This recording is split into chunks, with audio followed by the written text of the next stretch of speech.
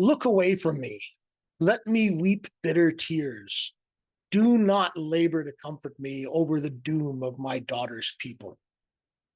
Hello, everybody. This is Gilgamesh. And today we are in Isaiah chapter 22. This is a chapter I'm very fond of. It divides nicely into three sections. The first section is our normal Massa. This time it is the Massa against the Valley of Vision, which appears to refer to Jerusalem itself.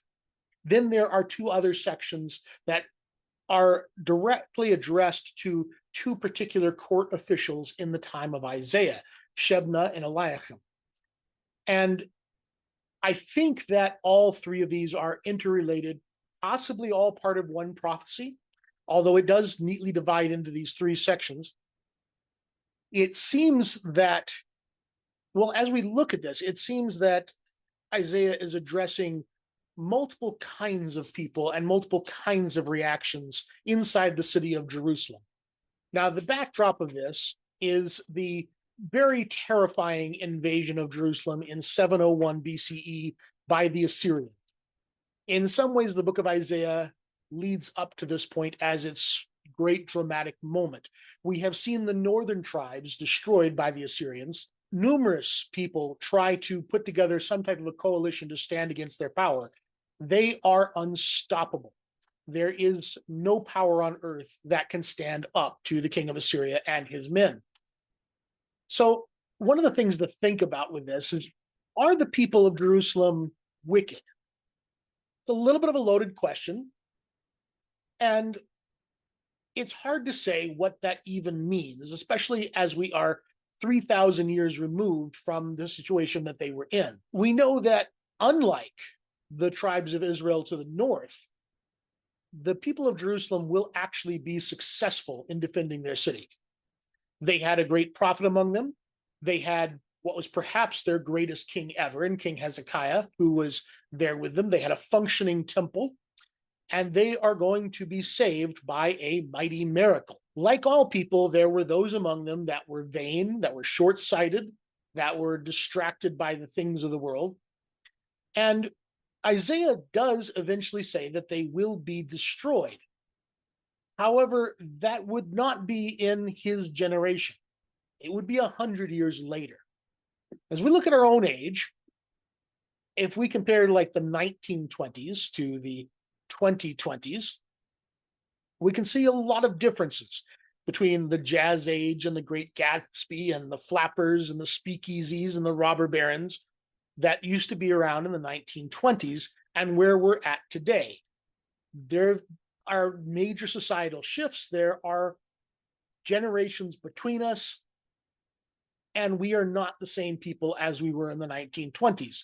However, there are seeds in that society that have led to our society, and the same would have been true in Isaiah's time, that the things that he saw among his people would be the seeds of what would eventually lead to the Jerusalem that will be destroyed at around 600 BCE.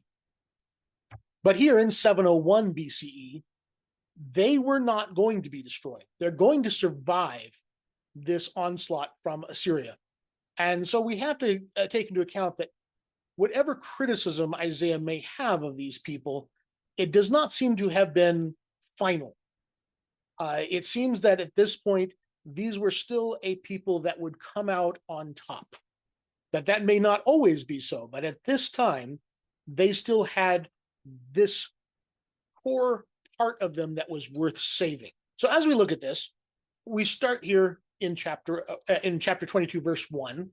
It starts off, the oracle concerning the valley of vision.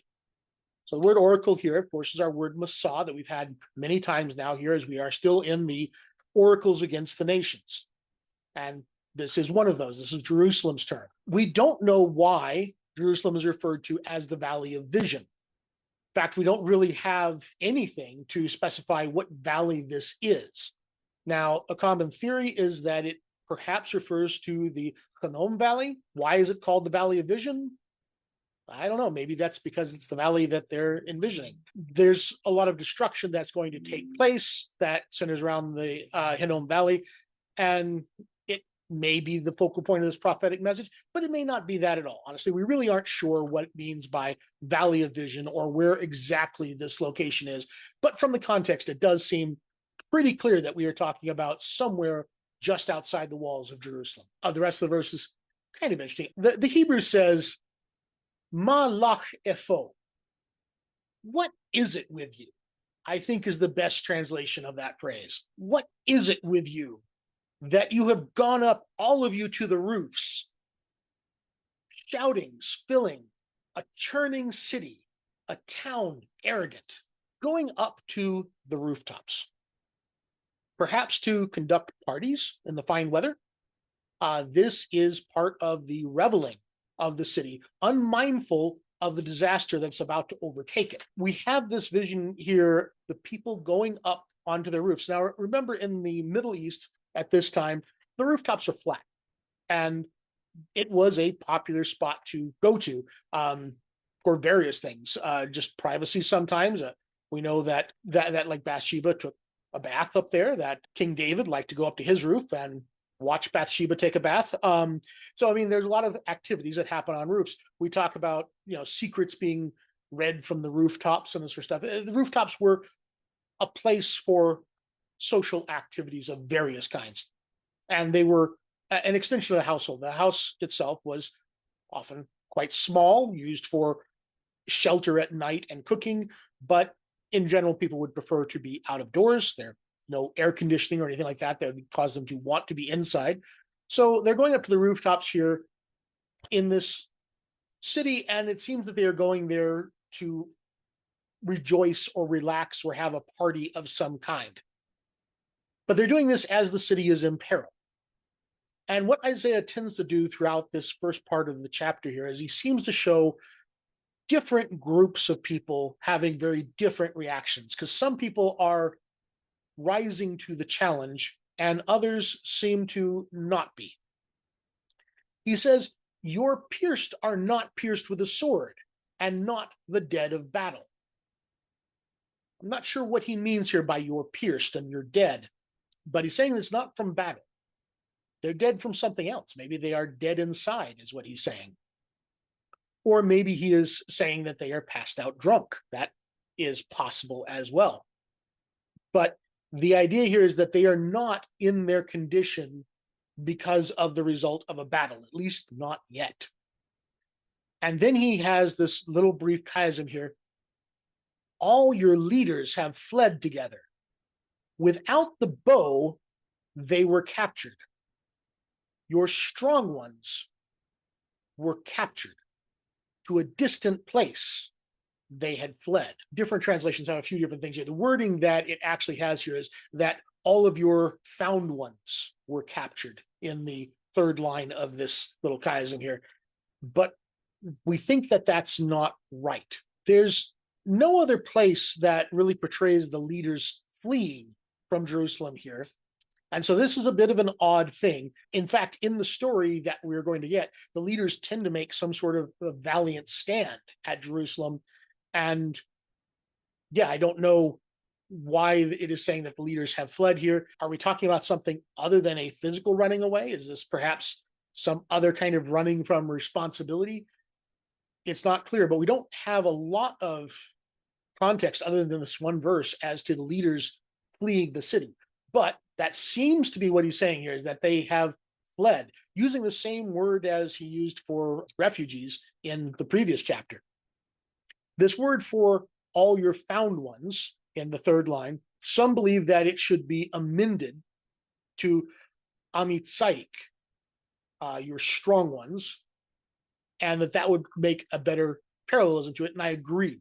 It seems like that would work better as parallel to the ones that are captured without the bow, that your strong ones were also all captured and that they have fled to another place. But they're saying that they're captured without a bow. It wasn't from a military conquest that they were captured. They've simply run away without actually having an army there to cause them to run away. So it sounds like he is condemning them for some sort of a cowardly act of leaving and abandoning the city. So we have one group that's abandoned the city. We have another group that seems to be partying on the rooftops. Therefore, I said, look away from me. Let me weep bitter tears. Do not labor to comfort me concerning the destruction of the daughter of my people. The daughter of my people, of course, is a personification of Jerusalem itself. Zion is often thought of as the daughter of the people. A people, a city, a land often are figured as a daughter or a young woman. It's used metaphorically here to try to make an emotional connection with the entity of Zion, that she is like a daughter and being put in danger. This is a terrible thought. And so he will weep with bitter tears over the doom that faces this beloved daughter. And then he goes into why there is doom. For a day of tumult and trampling and confusion for the master, Lord of hosts, in the valley of vision. And these next two lines we're not certain about. One idea is a battering down of walls and a shouting to the mountain. One possibility to translate it. Another way to translate those two lines is in the valley of vision, Kir crashes about and Shoah on the mountain. So let's talk about how those translations are possible. First, though, let's back up a little bit. A day of tumult and trampling and confusion. This in Hebrew has both strong alliteration and rhyming. In Hebrew, it is mahuma, umavusa, umavuka, all three obviously having clear sound play, tumult, trampling, confusion. And this is happening in the Valley of Vision, and then it says that makaker kir. We're not sure what these words actually mean. In fact, of this last two lines here, the only word that we're certain of is the word mountain. We think that kir, sometimes translated as wall, might actually be a proper name for a people. In fact, it is a proper name for a people just in the next verse, same exact word. And so perhaps it is a proper name here. And so instead of a battering down of walls, it is kir, crashing about. And then likewise, the word for shouting occurs only here, and it might be an alternate spelling for a word that means shouting, or we're thinking more likely it might also be a proper name. Robert Alter, one of my favorite translators, goes with the idea that these are both proper names.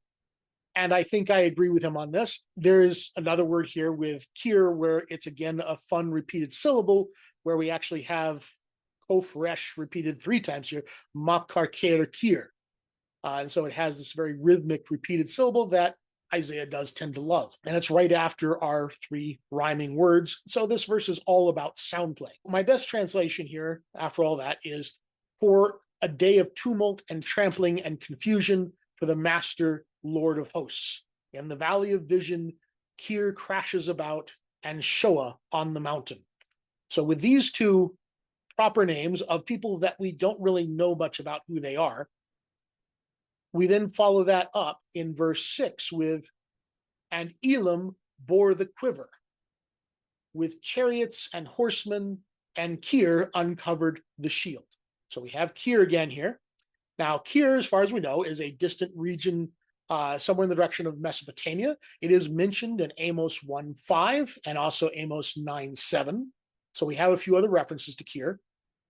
Elam, the Elamites and the men of Kir may symbolize a fierce army from a distant land. If this is intended to be the Babylonians, then the Elamites, the men of Kir, are perhaps viewed here as mercenaries in the Babylonian army. That's one theory that was put forward by J.N. Oswalt. But the wording here is kind of interesting. Where it says chariots and horsemen, there's another word there, Adam, which means man or mankind, also the proper name Adam, that shows up right after the word for chariot.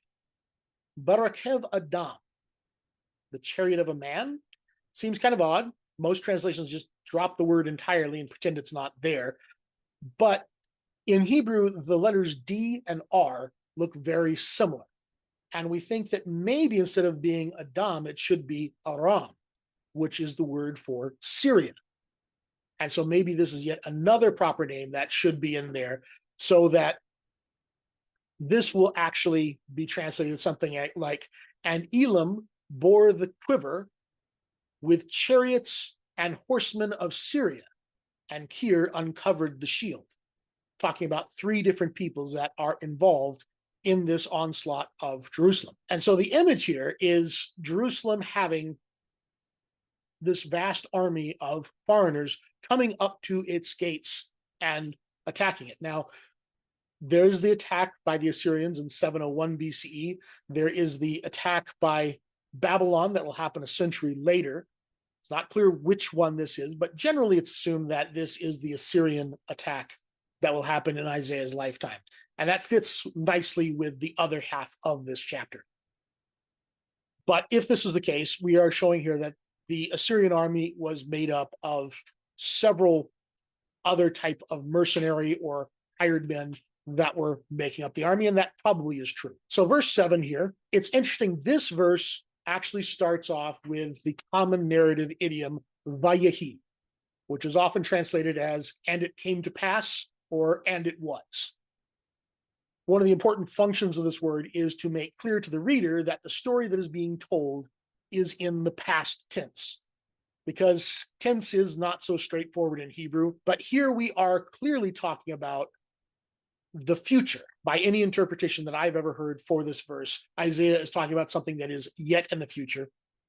This is an example of what sometimes is cited as prophets using the past tense to speak of the future, something that they tend to do fairly often. If there's one point where various translations of the Bible will disagree with often, it is over tense, because we actually aren't all that clear how tense worked in Hebrew.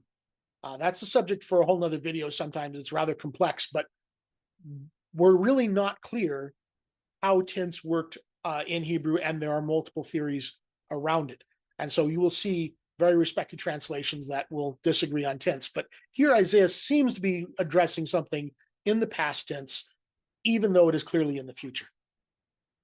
So, "And it was, your choicest valleys were full of chariots, and the horsemen certainly took their stand at the gates. He has taken away the covering of Judah." Now, I should point out at this point that this is actually a different word for valley than what we saw in the opening of this chapter. We believe that this term for valley indicates a wider area of land, like a plain, which is somewhat more like what we think of the word valley as meaning, whereas the other word for valley is more of a narrow area, possibly more like what we might call a canyon. It says that the cover of Judah has been taken away. This word for cover, masach, is used to indicate the cover of the Ark of the Covenant. And it's led some scholars to a theological interpretation of this, saying that God's protective cover of the city has been taken away. Others believe that this might reference some type of a fortress that was protecting the approach to Jerusalem, that the cover being taken away means that this fortress which guarded the gates to Jerusalem had been conquered. It's impossible to say. But here we have the idea that the army is approaching the very walls of the city, and we have this statement: "In that day, you looked to the weapons of the house of the forest." This weapon store of the forest house here is a reference to a cedar paneled armory that was in the palace. You will find references to it in 1 Kings chapter 7, verses 2 through 5, where it is called the Lebanon forest house. The weapons that were kept there appear to have been somewhat ornamental, but in the desperation of the siege, they were taken up for use in combat. So we have here 1 Kings 7, 2 through 5, giving the dimensions of this house of the forest of Lebanon, 100 cubits by 50 cubits by 30 cubits.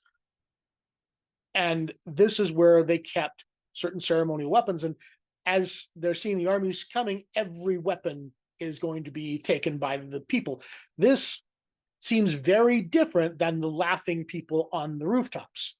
So this is why I say I think we're addressing multiple groups of people that are having different reactions here. Some have apparently fled the city. Some are going up and having a party on the rooftops, perhaps in the hopelessness, let's just party one last time before they wipe us out, while others are somewhat desperately preparing for what is heading their way. And we continue with these people that are in the more desperate mode here, and says, and you saw that the breaches of the city of David were many. You collected waters of the lower pool. Collecting waters of the lower pool. Under siege, maintaining a source of water was vital for survival. And so a tunnel was built, probably by King Hezekiah himself, right at this time, to bring water from the Siloam Brook into the city. And this tunnel exists today, and you can walk through it.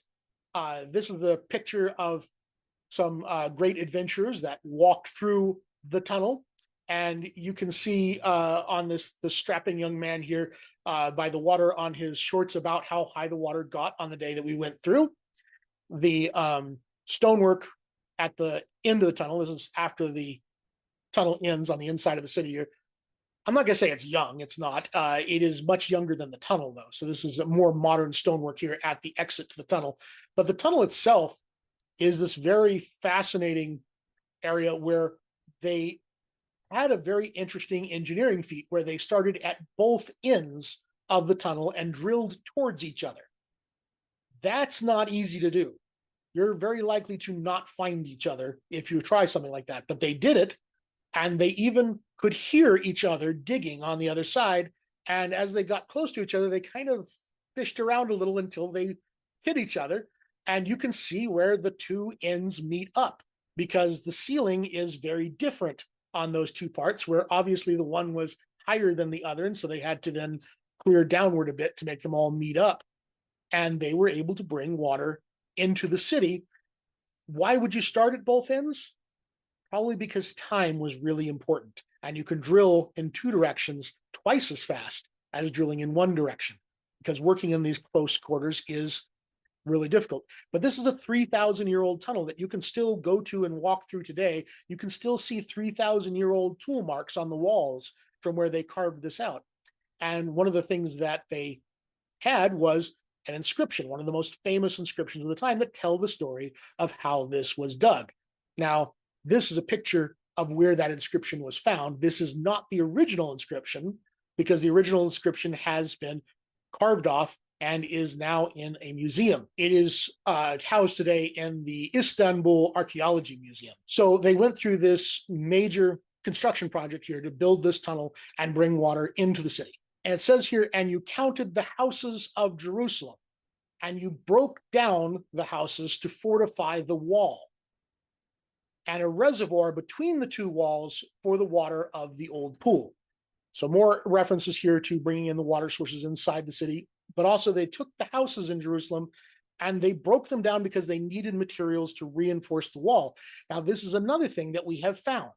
This is this wall that they're talking about. This is the wall built in Hezekiah's time. And if you know where to look for it, you can go into the Jewish quarter in Jerusalem today and find this just right there in the neighborhood, where they have done some excavating down to find the wall that is there.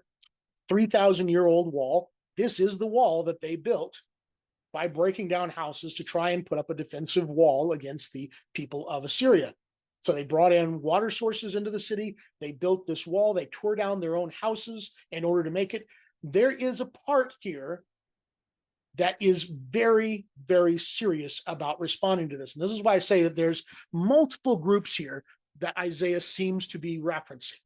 Some have left, some are up on the roofs partying, and then some are taking this quite seriously. Now, I believe he shifts focus here from these that are doing something very serious and shifts back to addressing those that are partying up on the housetops. And he gives it here in a little chiasm. And you did not look to her maker and her shaper from afar. You did not see. Well, first, who's the her? The her is the city. The her maker, her shaper, the word here indicates like shaping pottery. Her shaper from afar. You did not see her maker. So he seems to be going back to addressing these that are partying rather than these that are actively defending the city. That they don't believe there's any hope, apparently. That they are caught up in the idea that this is futile and there is no way to stand against this. Let's have one last party. This comes to a head in verses 12 and 13. In that day, the Master, Lord of hosts, called for weeping and mourning for baldness and wearing sackcloth. And behold, joy and gladness, killing oxen and slaughtering sheep, eating flesh and drinking wine. Let us eat and drink, for tomorrow we die. Brings it all together. And another great bit of sound play here with the joy and gladness in Hebrew is sason vasimcha. Nice alliteration there. That these people are saying, we're going to die tomorrow, so let's party it up. And this seems to be what Isaiah is criticizing, that, well, one group is tearing down houses and building up walls and going under major construction projects to bring in water from the city. It seems he can't possibly be lumping that in with the people who have given up on things. And so it seems that these are two different groups of people that he is addressing. And I would think that his statements about not seeing the maker of the city is addressed towards these that are carelessly partying. And this seems to frustrate him to a great degree. And we conclude it here with his final statement in verse 14. The Lord of hosts has revealed himself in my ears. Should this iniquity be atoned for you by your death, says the Master, Lord of hosts. Now, many translations like to put in a negation here. This iniquity shall not be atoned for you, but by your death. But there is no negation in the Hebrew. The Hebrew is very much a question. The Lord is asking, is this something that you should die to atone for? Is that what justice is? We have, outside of the Bible, records of the armies of Assyria coming up and saying that they had caged in Hezekiah like a bird in a cage inside his city, and they had the city surrounded, and then they just all left. We have the story that we're going to read in Isaiah itself about how this plays out. There is no disagreement that Jerusalem was spared. There's also no disagreement that it was costly. It was a terrible ordeal for Jerusalem to go through. But they're going to survive this. And they're going to survive it because of some of these great preparations that they had made and because of divine intervention as they tell the story. And in this story, there are two important court officials, which is Shebna and Eliakim. Now, both of these individuals are portrayed very positively everywhere else in the Bible that it talks about them and the siege process. But here, Isaiah seems to contrast them. And I think this goes back to the idea that he saw two types of people here in the city. As he looks at Shebna, he is going to be very critical of him. As he looks at Eliakim, he is going to make great promises for him. And I think this is directly tying to this idea of two different reactions to what is coming in, that he puts these onto the two officials. But we'll look at them in a future episode each. Next time we will take Shebna, and then the time after that we will take Eliakim, and we will see what Isaiah has to say about the reaction of these two men. But that's where we'll leave it today, with Assyria coming down and Jerusalem in great peril, and the concerns over, should this be atoned for by your death? Anyway, please like and subscribe, and leave me a comment down below with what you think about this, and I'll see you in the next one. Thank you very much.